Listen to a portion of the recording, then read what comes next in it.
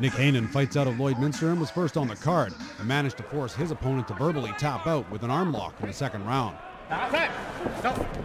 Another Lloyd product, Mark Beausoleil, took his opponent to the ground with a huge slam and then proceeded to work to improve position and eventually coaxed the tap out via Kimura.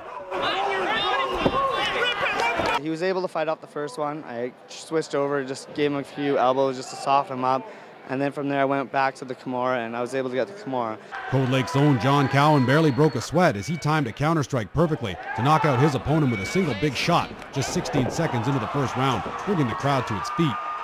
He just chases that overhand height to close the distance and then clinch up. He's got a really mean clinch. So counter to the jab, if you want to come over top, is the cross. Another Cold Lake fighter, John Simonar, came out of his corner on fire and demolished his opponent, powering out of a submission attempt and working the fight to the ground, where he unleashed some brutal ground and pound that forced the referee to intervene just over 2 minutes into the first round.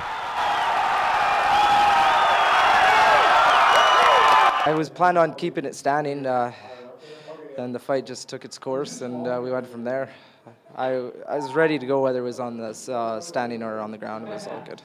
And for the main event, EFC heavyweight champ Tim Camelli dropped to 205 pounds to try and capture the light heavyweight title too. John Ganshorn stood in his way and managed to tie Camelli up and land a heavy shot before Camelli stormed back with his own savage clinch work that dropped Ganshorn. Camelli followed up with relentless hammer fists and just 1 minute and 40 seconds into the first round became a dual weight class title holder. When I was hammer fisting him, I knew it was over. I was just waiting for the ref to stop it. But he rocked me right before that, man. Like I was pretty dizzy right before that, so he hits pretty hard.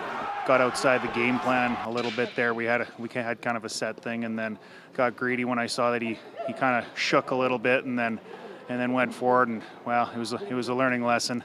EFC 7 proved to be one of the strongest cards in EFC history, with the promotion's solid matchmaking again proving to deliver everything MMA fans could ask for.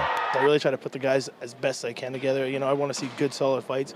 You know, you got a guy who's 1-0 or 0-0, but he's fighting a guy who's 0-0. So they both, you know, they have equal chances. And the first foray out of the border city for the EFC wrapped up with thrilled local fans and a promotion that, pound for pound, can stand with the best events in Canada. People talk, so I hope they get the word out on what kind of show we put on, because we put a lot of work into doing the promotion.